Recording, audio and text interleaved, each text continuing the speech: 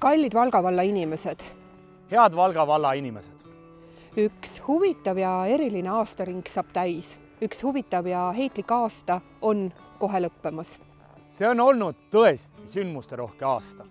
See on olnud sündiderohke aasta. Näiteks on meie valda lisandunud 96 uut ilmakodanikku. Kas teate, kindlasti te teate, et meie õpilasfirmad on lennanud maitsekalt kõrgustesse. Meie vallaruumi on märgatud nii siin kui sealpool riigipiiri. Üks linn, 2 riiki, see on Valga edu võti. Uskumatu, aga meie noored pianistid saavad Valga muusikakoolis nüüd oma oskusi lihvida kõrgtasemel Petrovi kontsertklaveril.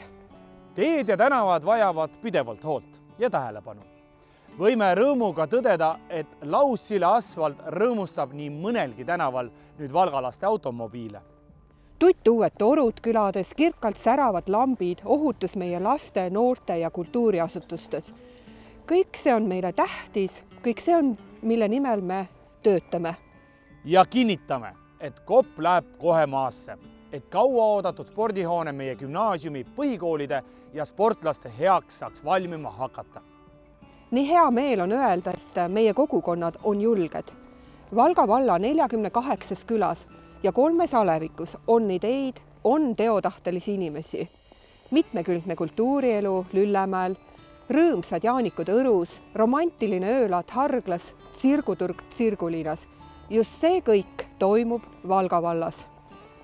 Ilmataadi kaasabil ja meie spordientusiastide eestvedamisel oleme saanud nautida nii talispordirõõme kui rahvusvahelisi spordivõistlusi. Mööduval aastal on meil käinud palju tähtsaid külalisi, üks olulisem kui teine. Eriti märkimisväärne on asjaolu, et Eesti Vabariigi vast valitud president Alar Karis tegi oma esimese riigisisese visiidi just Valga valda. Suur tänu, härra president, ja tere tulemast tagasi. Aga kõige olulisemad olete teie, armsad Valga valla inimesed. Soovime teile uueks aastaks julgeid mõtteid ja tegusid, õnne ja õnnestumisi. Loodame südamest, et püsite terved ja olete hoitud.